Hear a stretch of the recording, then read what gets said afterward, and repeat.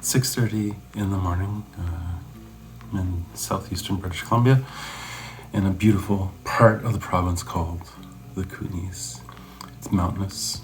We're right in a valley between the Selkirk Mountain Range and the Rocky Mountain Range, and it's gorgeous.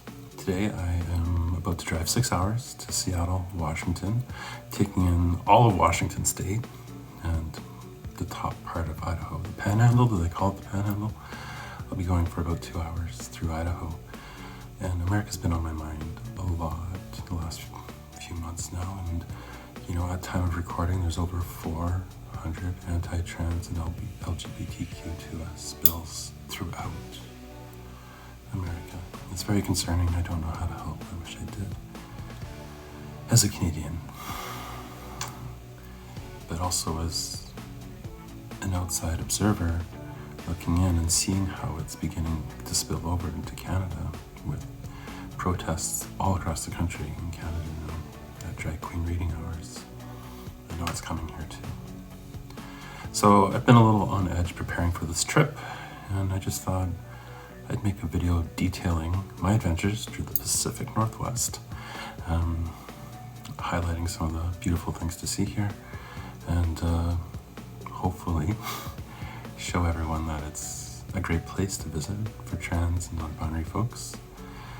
And so 6:30. I love hotel coffee, so I'm going to finish my coffee, and then I'm going to go get my kids and hit the border crossing. So if you want to find out what this is like to travel while trans, stick around and let's get at it.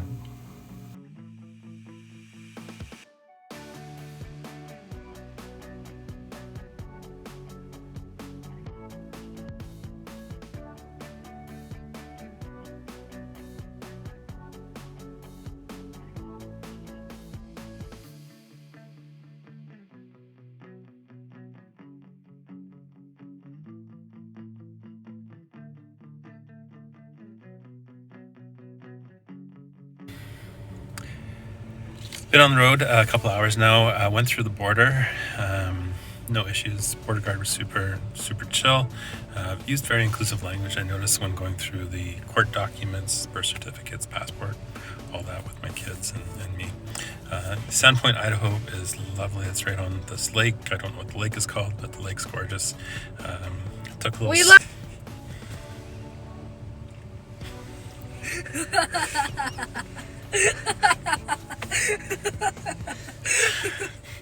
I'm going to edit that part out. Oh, okay.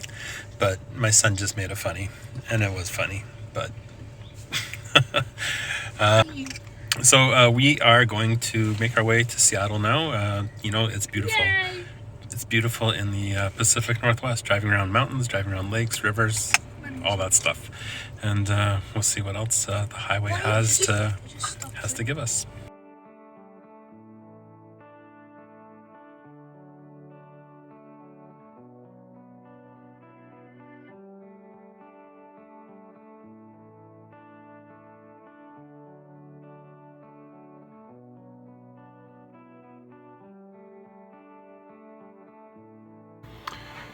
Day 2 in Seattle, and the trip's going fantastic. Drove through northern Idaho, stopped in Sandpoint, stopped in Moses Lake, stopped a couple places for gas. No issues. The thing that surprised me about eastern Washington was just how flat. I wasn't expecting rangeland, basically. So flat and straight, which was actually a real treat to drive after driving so much that same distance through mountains for literally my entire life. So we got in and we checked in, and then we went to the Space Needle. Took a ride in a farting Uber, best Uber ride I've had in forever, and that was really cool. But the Space Needle at night was really cool. So day 2 here in Seattle, and I'm just gonna say that I was very tense and nervous coming to America, just with all of the media and all the legislation that's happening.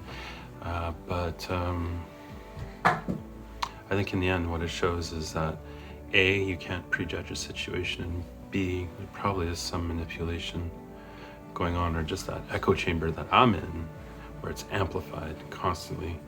However, did hear a guy at breakfast downstairs staying in a business hotel downtown Seattle. Middle manager, white dude, 50s, talking about the debacle of BLM. And we're not far from Capitol Hill. And if I remember correctly, there was the self-autonomous Capitol Hill zone or something. There's an acronym that was used here during the BLM protests a couple of years ago. And anyways, it was really painful listening to this dude talk, and like how his coworkers were just sitting there listening, forced to listen. I don't know. It was strange, and it just reminded me this morning that walking around, probably half the folks in this country don't think much differently from that guy. So day 2, and we're gonna go head down to Pike Place, Pike Market, Pike Street Market. I don't know what it's called. Check out the first Starbucks, go for a harbor cruise, the aquarium, and then the Museum of Modern Culture Experience Music Project, because that's how I know it. And super excited. Day 2 in Seattle. The kids are loving it, having a great time, and it's exceeding my expectations, and I feel safe. That's really what this video is about. I feel safe, and I wanted to process that. So thank you, Seattle.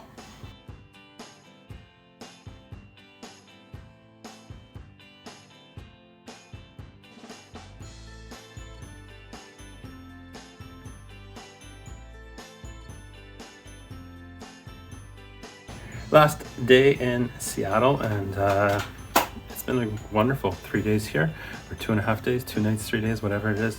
Really enjoyed the Museum of Pop Culture yesterday afternoon. Lots to do there, lots of real hands-on. Saw Woody Guthrie's guitar, and I just this machine kills fascists, and I think that that's something that the world needs to hear today. But Seattle's been fantastic. Yesterday, Pike Place Market down there, just down the street from here. It was really cool. So I came to Seattle, came to America worried, stressing about, if I would be, to see if I would be harassed for being trans, or to see if my children would be harassed for having a trans parent, because I have seen videos where trans parents and gay parents have been accosted in public, like on the subway or on the sidewalk, and been called groomers. But what was interesting down the way, the aquarium, Pike Place, all the Pier 55, all that stuff, a lot of name tags, pronouns, all sorts of pronouns, from he to she to they to them, from them to, I don't know, everything in between. And he, she, they, and them. Thems, and I don't know what the other thing. If you know, please, in the comments below, let me know. But what I'm saying is, cool little trans dude at the aquarium. This cool trans dude was chatting with me, and what was great is we both knew each other were trans, and we didn't say anything to each other, and I really enjoyed that. Actually, just have a moment of normalcy while we had our coffees. But there's a bookstore right beside the entrance to Pike Place Market where they have queer liberation books right in the window. Black Lives Matter, queer Marxist, black Marxist books, right there. And I thought that was really, really cool. So I had a conversation with my children this morning about 5 things they love about Seattle, and I can only get 2 things, which is the food and the view. And I would say that those 2 things are worth 5 things just in and of themselves. The views here, I think, are nicer than Vancouver, actually. Because you don't have the harbor clogged up with container ships. And apologies to my family who work on the port in Vancouver. But it was nice just to look out and just see one container ship out there. The food is fantastic. I would agree with my kids. We went to this place called Six Arms. It's a family pub just around the corner here in Capitol Hill. And it was so welcoming and accommodating, and the burgers were amazing. We get burgers served medium rare, which you can't get in Canada, and that's really, really cool and tasty. One thing about the food I've noticed all the way across Idaho and Washington, though, It's greasy. It's so greasy. Very greasy. And then for Canadians, if you're coming here, you might make the mistake that I did for the first little bit, where you're paying in American and you're thinking in Canadian, and that burger that is $17.50 at the restaurant is actually $25-26 or whatever the exchange rate is that day.